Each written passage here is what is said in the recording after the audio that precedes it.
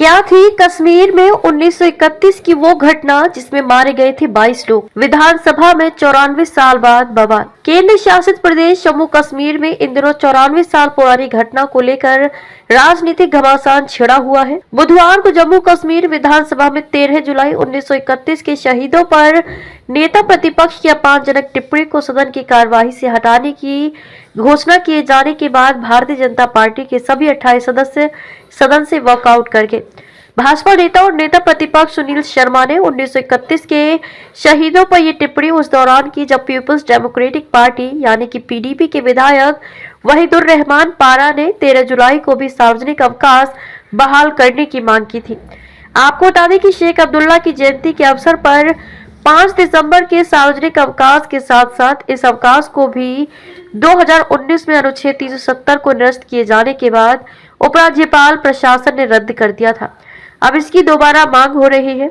1931 की घटना क्या हुआ था? 1931 में जम्मू कश्मीर एक रियासत था जिस पर डोगरा शासक महाराजा हरि सिंह का शासन था। उस दौर में मुस्लिम बहुसंख्यक शासकीय उत्पीड़न और सामाजिक आर्थिक अन्याय से त्रस्त थे। महाराजा के शासन ने कथित तौर पर धार्मिक स्वतंत्रता पर कई पाबंदियां लगा रखी थी, जिसमें मस्जिदों से अजान देने पर रोक प्रमुख थी। इसी के खिलाफ आवाज उठाने के लिए एक युवा कश्मीरी अब्दुल कादिर सामने आया। अब्दुल कादिर ने डोगरा शासन के खिलाफ भड़काऊ भाषण दिया, जिसके चलते उसे गिरफ्तार कर लिया गया और देशद्रोह का मुकदमा चलाया गया। 13 जुलाई 1931 को श्रीनगर के सेंट्रल जेल में अब्दुल कादिर की सुनवाई के दौरान हजारों कश्मीरी जमा हो गए।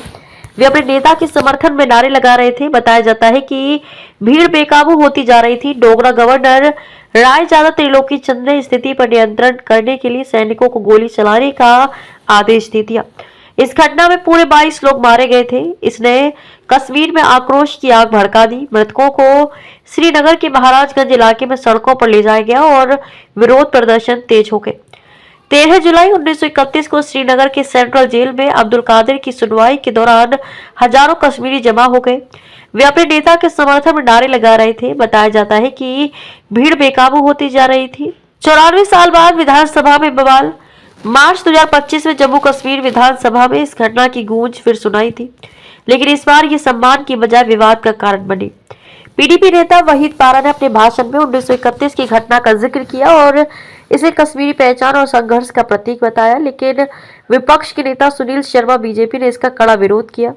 शर्मा ने कहा कि 13 जुलाई 1931 को श्रीनगर में मारे गए लोग शहीद नहीं बल्कि गद्दार थे। इस बयान ने सदन में हंगामा खड़ा कर दिया। विपक्ष ने स्पीकर पर पक्षपात का आरोप लगाया, जबकि सत्ता पक्ष ने इसे इतिहास का अपमान करार दिया। सुनील शर्मा ने बाद में बातचीत में अपने बयान का बचाव करते हुए कहा कि उनकी नजर में ये घटना विद्रोह का परिणाम थी, न कि शहादत का उदाहरण।